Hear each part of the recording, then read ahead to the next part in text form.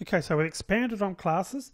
Let's go a little bit deeper and look at setting up an inventory within our player class to show you the concept of sort of storing multiple items within a class. So let's get into that.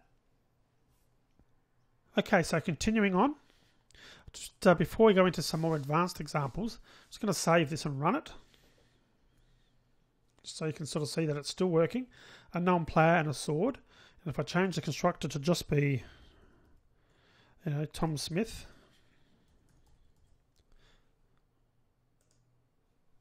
Oops, save that.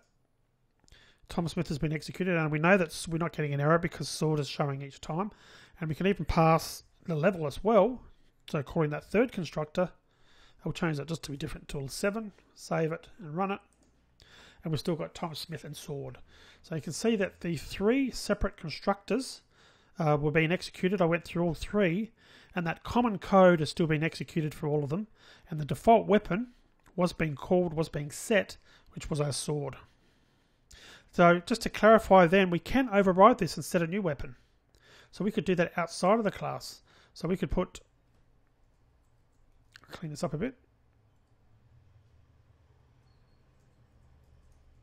Okay, now we can put in here, we can put weapon, my axe equals new weapon,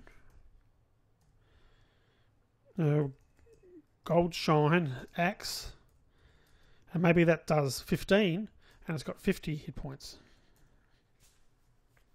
Then what we can do is put Tim dot set weapon my axe. So we've told the Tim class, or the object I should say, that this object of the player class, that it's now got a new weapon. And again, we should be able to copy this and paste it. We should see that when it first starts, it'll be sword, and then it'll get changed to an axe. We'll save that and we'll run it. And it's changed to the gold shine axe as well. So there you go. That's one way of accessing an object sort of within a class, so to speak. Now that's great where the player has got one weapon and one and only one weapon. But what about if we had something like the concept of an inventory, for potions or rings or armor and those types of things, where there could be many items. Obviously we don't want to have to create one variable for each type of item, because we won't know in advance how many items we have. We don't want to put, in other words, this is something we wouldn't want to do. We wouldn't want to set this up. We wouldn't want to have that, and so that, in other words, the player can have a maximum of 4 weapons at one time. That would be severely limiting and also a waste of memory. So there's a much better way of doing that. And let's talk about doing that now, and that's using the concept of an array list.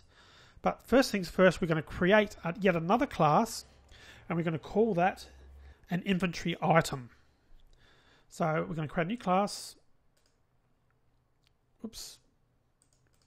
New class. Inventory item. I could have just called it item, but just to be clear, I'm calling it an inventory item. Now what we're going to introduce here is obviously the name. We're going to have the name of the inventory item, but let's also have a type. So we want to type to know, look, is it a potion? Is it a ring? Or is it some armor? We want to be able to break it down so we know what type of item each and every item we've got is. So we're going to use something called an enum. And an enum is just a way of just having multiple choices for a type. So we can type enum, or let's just call it item type. And then we type in our choices in uppercase, generally, potion, ring, or armor. And we can say that they are our 3 choices. And I'm using those brackets, as you can see there, those braces. Now if you are working along and you find you get an error like this, and that says something like it doesn't really recognize what an enum is, what you need to do is go into your preferences within Eclipse. Okay, go into Java and go into compiler. Now what you need to do here is make sure that compiler compliance level is set to 1.5. Now by default I believe Android Developer Tools might set it to 1.4. We're going to actually apply it, and we're going to click OK to that, which means we're okay with using enums. Once we do that, and it should go away and it should save for us. You can see that's now saved correctly. And that's just got to do with the version of Java, version 1.5 brought out and started using enums. But because we had 1.4 in the preferences, it wasn't allowing us to use it. So we've got that going now. So we've got our item type. So that's the 3 types that we're going to have in our item. So in other words, an item that's going to be in our inventory has to either be a potion, a ring, or armor. So we're going to have a private item type. We call it item type because that's what we've defined above. And I'm just going to call it type. Then private string, we'll just have the name. So each inventory item that we've got will ultimately just have a type and the name. And same deal, we're going to set a constructor. And I'm just going to click OK. You can see it's the item type, even though it's an enum, it can be used just as any other type can. And same for the getters. Getters and setters, I should say. Select all, save. So that's our base inventory item. So every particular item that's going to be in the player's inventory is going to have a type and a name assigned to it. So I'm going to save that. So now we want to go back to the player class. So at the moment we've got a single item defined, but we haven't got that inventory sort of set up, which one class, player class, in the player class. So what we need to do here is put private. Now we can't just put inventory item or inventory item like that. I mean, we can do it, but what that means is we can only have one item. And obviously we want to have many items. So we're going to use the concept of an array list. So we're going to type array list. An array list, and what we're doing, we're using a less than sign, and we're telling Java the array list, which is sort of like an array. It's a storage area for more than one item. And we're saying with the less than and the greater than sign, this is the type that's going to be in that array list. And that should be lowercase inventory items to be consistent. And I probably want an import.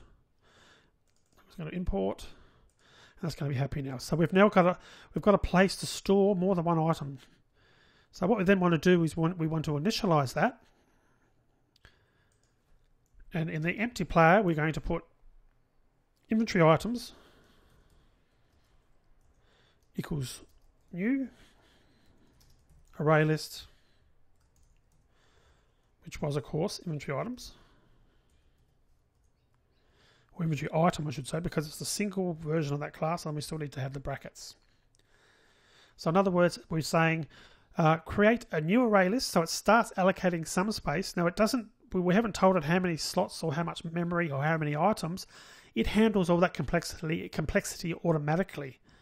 All we're saying here is we want a new array list, we want a new place to store all our items in. When we haven't told you yet, we'll tell you when we start adding items. So that's the definition, which is going to be called to create that space. So that's created sort of more the definition, and it's ensured that it's not null and it's not going to come up with any errors. Okay, so we've set that up, and again, because we put it in the base constructor, it's going to be executed each time.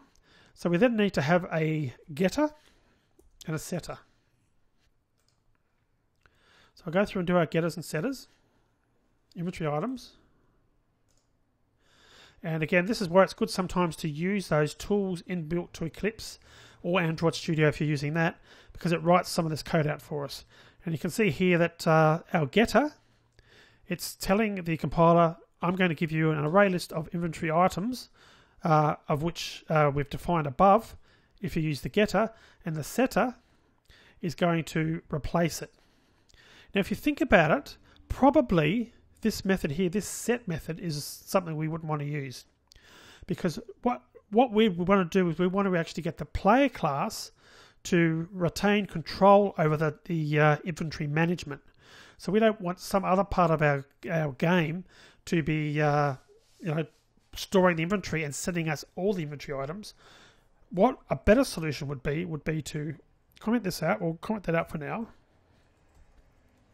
We should really have a method which enables us to add an inventory item or to remove one, and then perhaps to also check if one exists, type in and like send a name and see whether it exists, and also to return a list of all the inventory items. Now, of course, we've got the list of all inventory items already, so we don't need that. But the other ones, what we can do is we can create a definition, and let's call it public.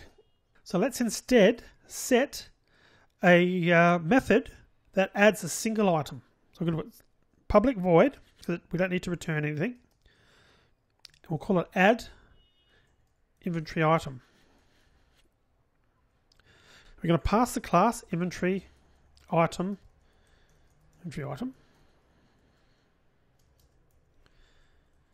Then what we need to do then is we need to add that single inventory item that's been passed here to our array list, to our list up here, into this variable. So to do that, you type inventory items dot add inventory item,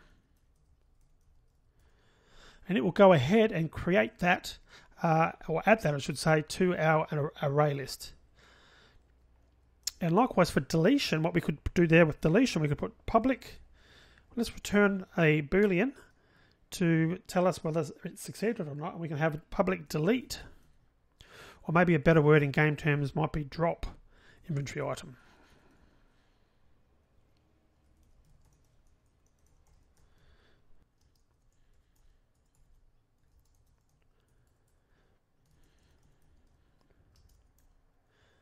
Now, if we just went ahead and put inventory items, you're probably guessing what we need to type here. Inventory items dot remove inventory item. And that will work if there's one there. But how do we know that that inventory item actually exists? We may not know that that exists. So it's better to do a test to see whether it exists first before we try and delete it. So we can put if this dot inventory items dot contains inventory item. So only if we can find it will we remove it. And if we do remove it, we're going to return true to say that yes, we did remove it. But if the code execution, let me just space there, fails, if it gets down to here, it means we couldn't find it, so we're going to return a false. So the way it works is, if the inventory items contains the item that we've sent to it, we're going to delete it and then return true to say, yes, we did drop it successfully. If it passes through here, in other words, it couldn't find the inventory item, we're going to return false. If we didn't have that if test and we sent an item that didn't exist, the program would crash.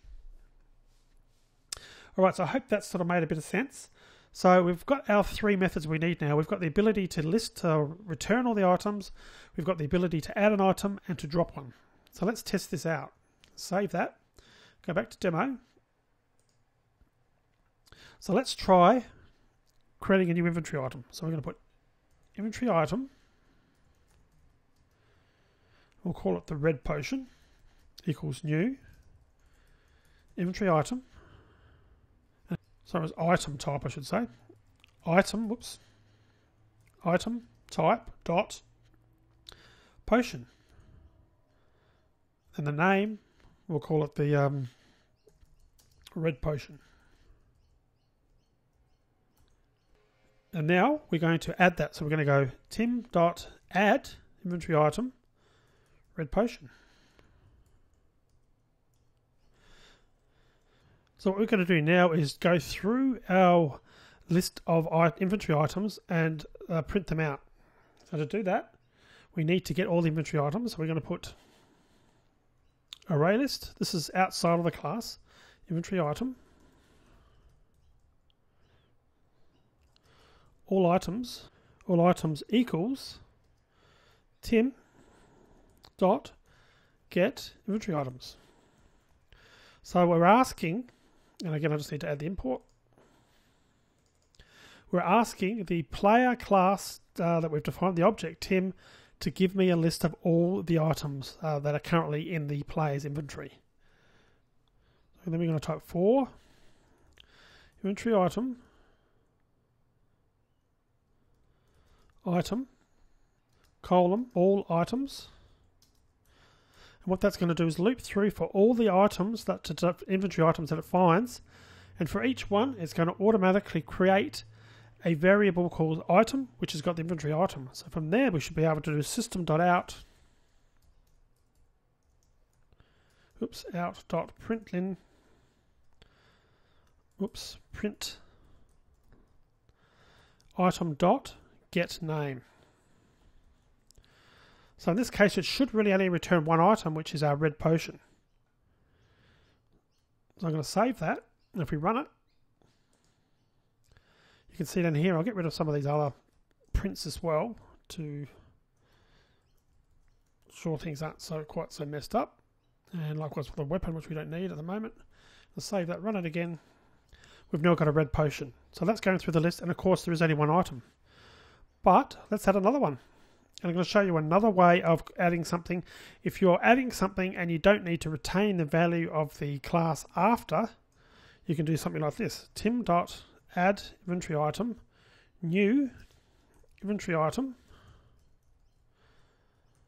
item type dot, let's say it's an armor, and we'll say it's called +3 chest armor.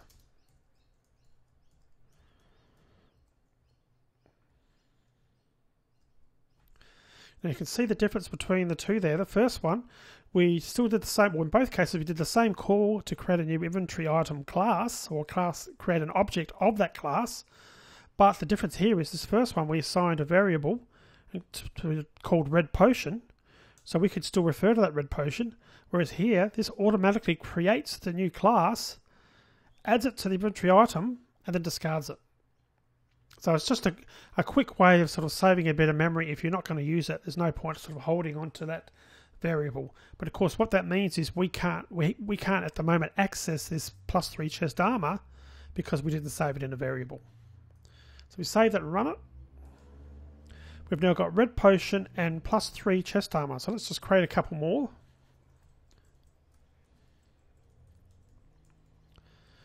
So again, I'll go back and we'll make it this one. We'll call this one a ring. We'll call it a ring of protection +2. And then get rid of the armor again, and let's have it set up another potion. And we'll call that one the invisibility potion. I can spell it. Okay, so we've got quite a few items there now. I'll save that and run it. And you can see it's quite happily adding those to the array list. And I mean, it's not infinite, but you can have a lot of objects, a lot of items, and it's quite happily working through them, as you can see. Now, what we can do, of course, is we can remove them. And remember before we talked about doing that. So if I, up here, let's try and remove one of the items. Firstly, let's try and remove a bogus item, one that we know doesn't exist. So I'm going to put Boolean was deleted equals Tim dot drop inventory item red potion. So let's see whether we can do that. We'll put okay, and let's just print that out. True or false. System dot out dot println was deleted.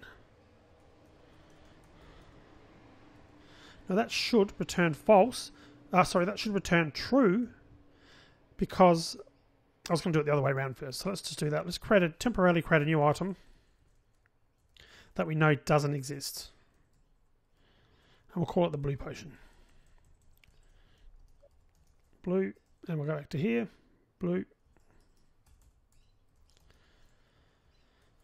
Get it right in a minute, Tim. Okay, blue.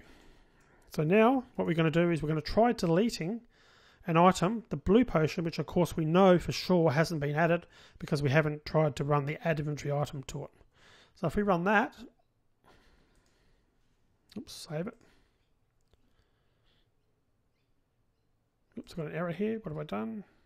Oops, I deleted that by mistake. Boolean was deleted equals Tim dot drop blue potion. Not sure how I did that anyway. Okay, save again and run it.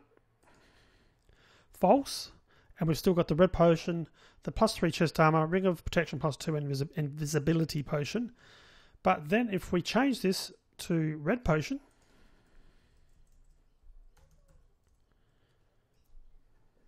and run it, that's now true. And you can see red potion has removed itself from the list, and we've only left with the +3 chest armor, ring of protection +2, and invisibility potion.